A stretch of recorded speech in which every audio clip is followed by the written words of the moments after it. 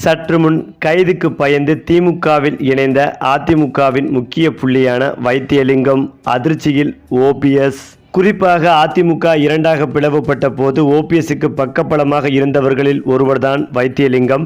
பல பேட்டிகளில் ஓபிஎஸ்க்கு ஆதரவாக குரல் கொடுத்திருக்கிறார். தற்போது இவர் மீது வழக்குகள் பதியப்பட்டுள்ளதால் இவர் கைது செய்யும் சூழ்நிலை ஏற்பட்டுள்ளது.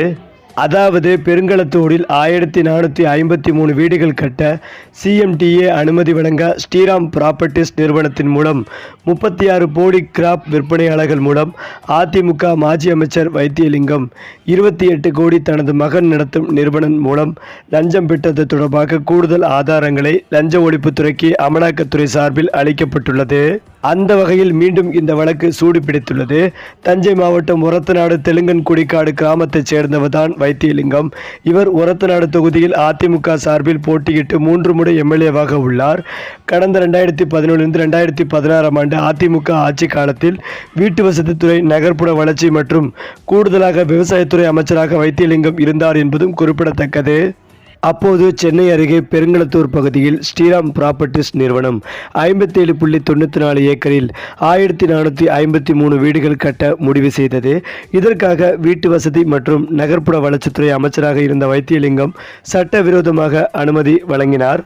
அப்போது ஸ்ரீராம் ப்ராப்பர்ட்டிஸ் நிறுவனம் தங்களிடம் ஸ்கிராப் பெற்றும் 36 ஸ்கிராப் விற்பனையாளர்கள் மூலம் வைத்தியலிங்கத்தின் மகன்களுக்கு சொந்தமான முத்தம்மாள் எஸ்டேட் பிரைவேட் லிமிடெட் மற்றும் பாரத் கோல்ட் கெமிக்கல்ஸ் லிமிடெட் நிறுவனத்திற்கு கடந்த 2016 ஆண்டு 27.90 கோடி பணம் கடனாக வழங்கியது போல் சட்டவிரோதமாக பரிமாற்றம் செய்யப்பட்டது. மேலும் இது தொடர்பாக எழுந்த புகாரின் அடிப்படையில்தான் லஞ்ச ஒழிப்புத்துறை கடந்த 2024 ஆண்டு அதிமுக முன்னாள் அமைச்சர் வைத்தியலிங்கம் மற்றும் அவருடைய மகன்களுக்கு சொந்தமான வீடு, நிறுவனங்கள், லஞ்ச பணம் கொடுத்த ஸ்ரீராம் குழுமத்திற்கு சொந்தமான இடங்களில் சோதனை நடத்தினார்கள்.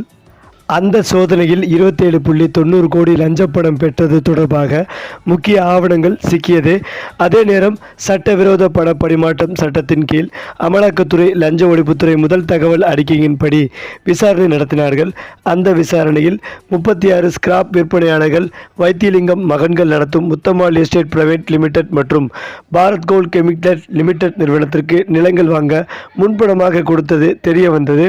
ஆனால் வைத்தியலிங்கம் மகன்கள் நடத்தும் நிறுவனங்கள் 2024 ஆண்டு வரை எந்த நிலங்களும் வாங்கவில்லை. அதே நேரம் கடனாக பெற்றது கூடிய 27.90 கோடி பணத்தை சம்பந்தப்பட்ட நிறுவனங்கள் திருப்பியும் தரவில்லை. அதற்கு பிறகுதான் அமலாக்கத்துறை அமைச்சர் வைத்தியலிங்கத்திற்கு சொந்தமான 100 கோடி மதிப்பிலான சொத்துக்களை முடக்கி நடவடிக்கை எடுத்தது. இருந்தாலும் இந்த வழக்கில் 27.90 கோடி பணம் வழங்கிய 36 ஸ்கிராப் விற்பனையாளர்கள் யார் என்பது குறித்து இதுவரை கண்டுபிடிக்க முடியவில்லை. இதனால் லஞ்ச பணத்தை பெற போலியாக உருவாக்கப்பட்ட 36 ஸ்கிராப் விற்பனையாளர்கள் மூலம் பணம் பெற்றது ஆதாரங்கள் மூலம் தெரிய வந்தது. இதனால் லஞ்ச ஒழிப்புத்துறைக்கு அமலாக்கத்துறை அளித்த ஆதாரங்களின்படி மீண்டும் அதிமுக முன்னாள் அமைச்சர் வைத்தியலிங்கம் மற்றும் அவருடைய மகன்கள் நடத்தும் நிறுவனங்கள் மீது மீண்டும் விசாரணை நடத்தி குற்றப்பத்திரிகை தாக்கல் செய்யும் என்றும், இந்த வழக்கில் அதிமுக அமைச்சர் வைத்தியலிங்கம் மற்றும் அவருடைய மகன்கள் கைது செய்வார்கள் என்றும் எதிர்பார்க்கப்பட்டது. இந்த நிலையில்தான் இந்த வழக்கில் இவரை கைது செய்வதற்கான ஆதாரம் சிக்கியுள்ளதால் எந்த நேரமும் வைத்தியலிங்கம் கைது செய்யப்படலாம் என்ற அச்சத்திலேயே இருந்து வந்துள்ளார்கள். எப்படியாவது இந்த வழக்குக்கு முற்றுப்புள்ளி வைக்க வேண்டும் என்ற நோக்கத்தில் இந்த கைது நடவடிக்கையிலிருந்து தப்பிக்க வேண்டும் என்ற ஒரே ஆசையில் வைத்தியலிங்கம் மறைமுகமாக திமுகவை அணுகியதாகவும், குறிப்பாக தொலைபேசி மூலமாக ஸ்டாலின் அவர்களிடம் பேசியதாகவும் தற்போது தகவல்கள் வெளிவந்துள்ளது. இதனால் இவர் விரைவில் திமுகவில் இணைவதற்கான முயற்சியில் இறங்கி இருப்பதாகவும் ஒரு தகவல் சொல்லப்பட்டு வருகிறது.